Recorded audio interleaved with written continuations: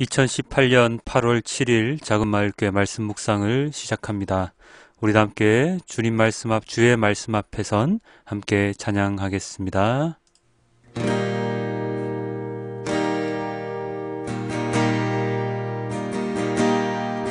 주의 말씀 앞에서 당신은 참된 예배자 그토록 찾으시던 하나님의 기쁨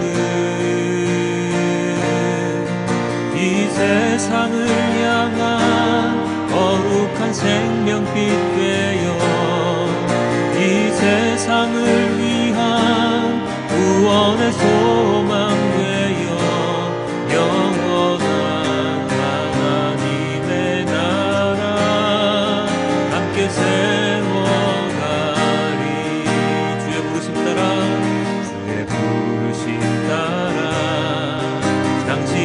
삶을 드릴 때 세상은 당신 안에서 주의 영광 보리라.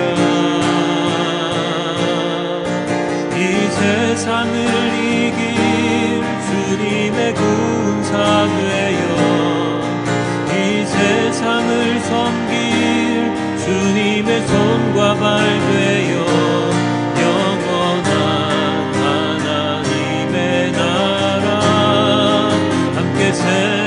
세워가리. 이 세상을 이길 주님의 군사 되어 이 세상을 이길 주님의 군사 되어 이 세상을 섬길 주님의 손과 발 되어 하나님의 나라 함께 세워가리. 이 세상을 이길 주님의 군사 되어 세상을 이길 주님의 군사 되어 이 세상을 섬길 주님의 손과 발 되어 영원한 하나님의 나라 함께 세워가리. 우리 함께 주님께 기도합니다. 오늘의 말씀을 생각하며 주님께 기도합니다.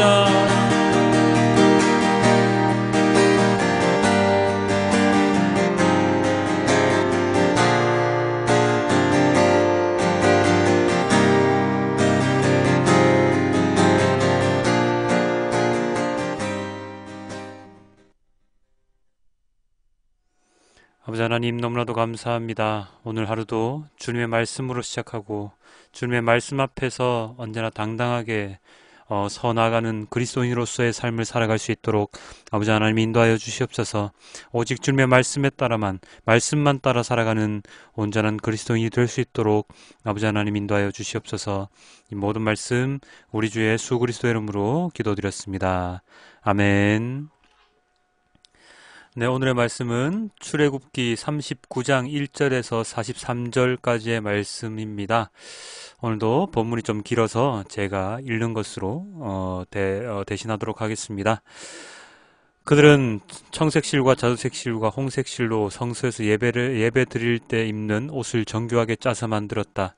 그들은 이렇게 주님께서 모세에게 명하신 대로 아론이 입을 거룩한 옷을 만들었다. 금실과 청색실과 자주색실과 홍색실과 가늘게 꼰 모시실로 에봇을 만들었다. 금을 얇게 두들겨 가지고 오려내어서 실을 만들고 청색실과 자주색실과 홍색실과 가는 모시실을 섞어가며 정교하게 감을 짰다. 에봇의 양쪽에 멜빵을 만들어서 에봇을 입을 때에 멜빵을 조여서 조정하게 하였다.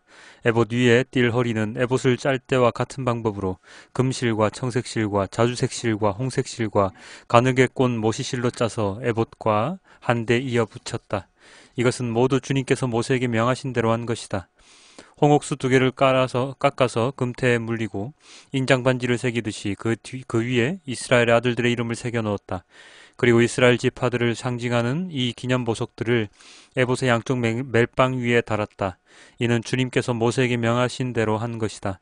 그들은 에봇을 만들 때와 마찬가지로 금실과 청색실과 자주색실과 홍색실과 가늘게 꼰 모시실로 가슴바지를 정교하게 만들었다. 그것은 두 겹으로 겹쳐서 네모나게 만든 것으로 길이가 한 뼘이요 너비가 한 뼘인 가슴바지이다.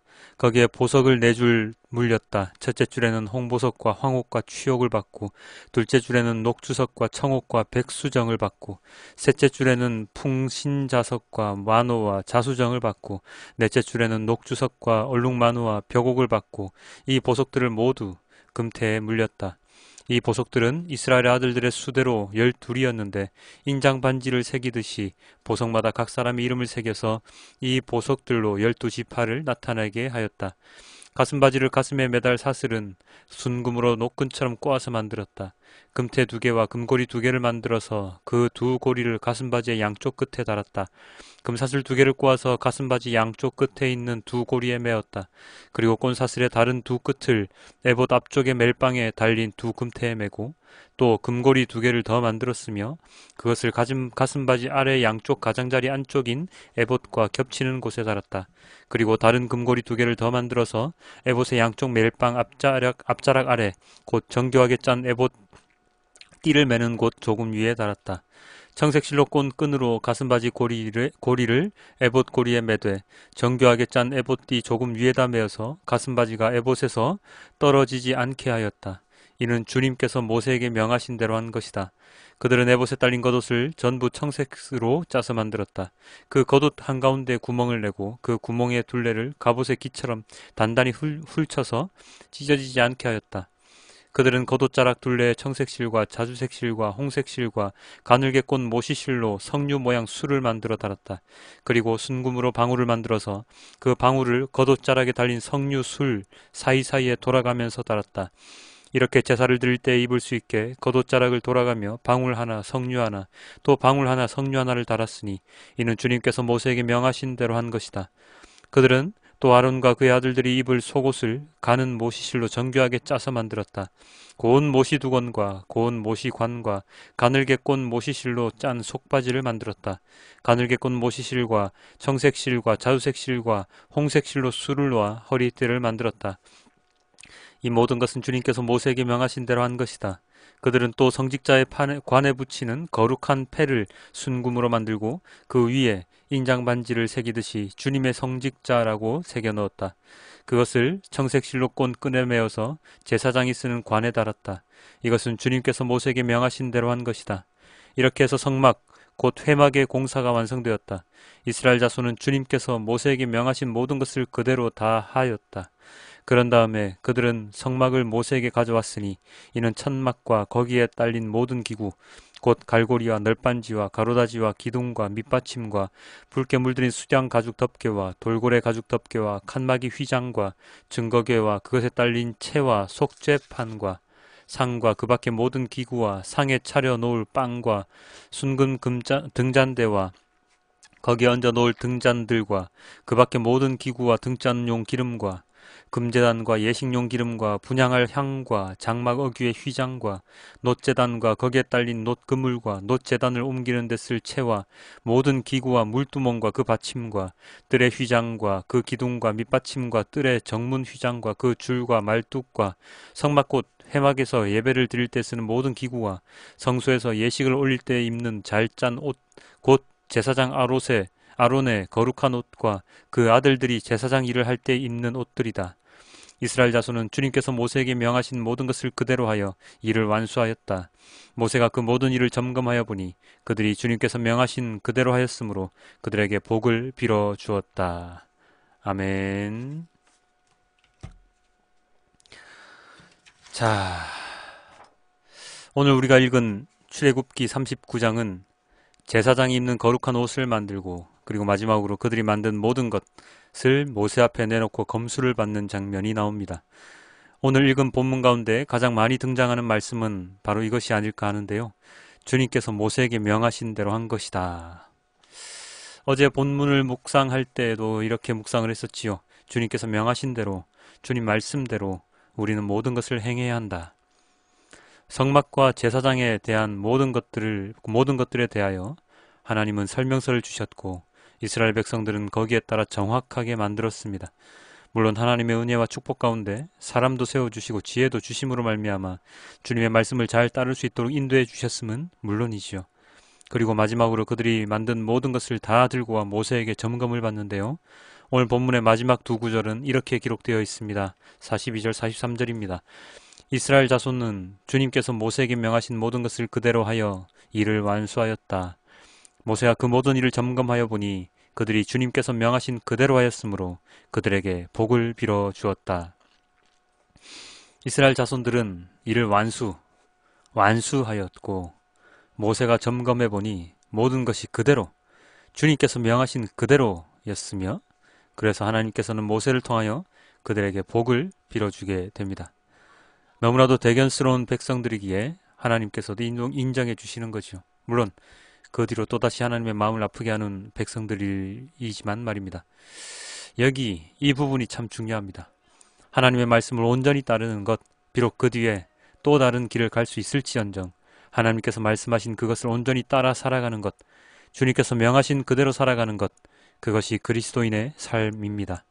힘들고 지쳐 쓰러져 있을 때 하나님은 우리들을 찾아 위로해 주시기도 하지만 하나님의 말씀을 잘 따라 살아가는 자들에게 하나님은 복을 주십니다.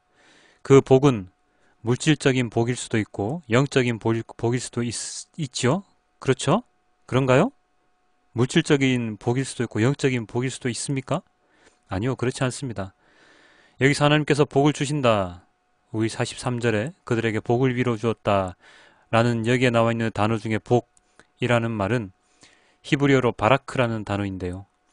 이 단어는 세상적인 복을 주신다는 의미가 아니라 하나님 앞에 무릎을 꿇게 만든다는 뜻입니다. 하나님 앞에 무릎을 꿇는다는 것은 어떤 의미입니까? 하나님을 섬기는 삶을 살아가는 것을 의미합니다. 하나님의 은혜 가운데 살아간다는 것이죠. 즉 하나님께서 축복해 주시는 것은 이 세상에서 건강하고 물질적으로 잘 살고 그런 세상적인 복을 주시는 것이 아니라 하나님을 섬길 수 있는, 함께 동행할 수 있는 자격, 은혜, 곧 구원의 은혜를 주시는 것입니다. 하나님께서 우리의 생명을 구원해 주신 그 은혜보다 더 큰 은혜, 축복이 무엇이 있겠습니까? 바로 그 복, 축복을 하나님께서 이스라엘 백성들에게, 어떤 이스라엘 백성들입니까? 바로 모든 일을 온전히 다 완수한 백성들에게 주셨습니다. 오늘날 살아가는 많은 그리스도인들에게 축복을 내려주시는 하나님은 세상의 삶의 윤택함을 주시는 것이 아니라 죽을 수밖에 없는 죄인된 우리들을 죄에서 벗어나게 하셔서 구원해 주시는 바로 그 축복을 주십니다. 그래서 세상의 삶이 고통스럽고 너무나도 비천하고 어렵더라도 그 삶이 결코 하나님의 축복에서 벗어난 삶이 아니라는 것을 우리는 잘 알아야 합니다. 하나님께서 주시는 축복은 하나님과 함께 살아가는, 온전히 하나님의 말씀대로 살아갈 수 있도록 인도해 주시는 바로 그 축복임을 잊지 마십시오.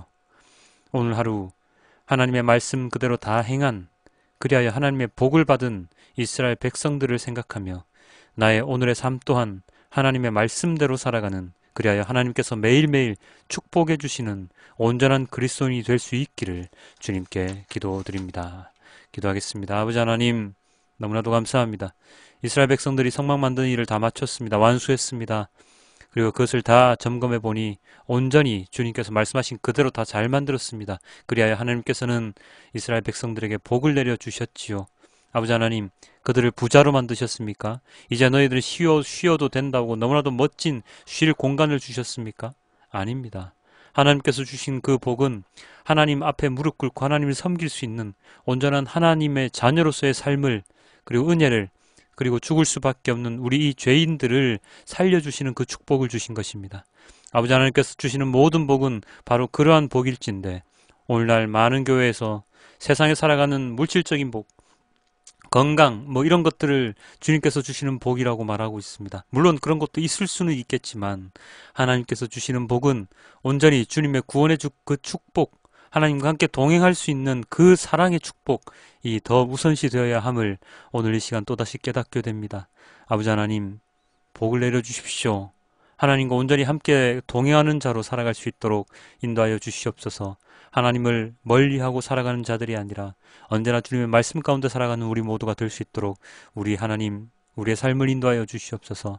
오늘 이 시간 주님께 모든 것을 위탁하며 오늘 하루 언제나 주님의 말씀 가운데 살아갈 수 있도록 인도하시는 주님의 그 축복을 바라며 이 모든 말씀 우리 주 예수 그리스도 이름으로 기도드렸습니다.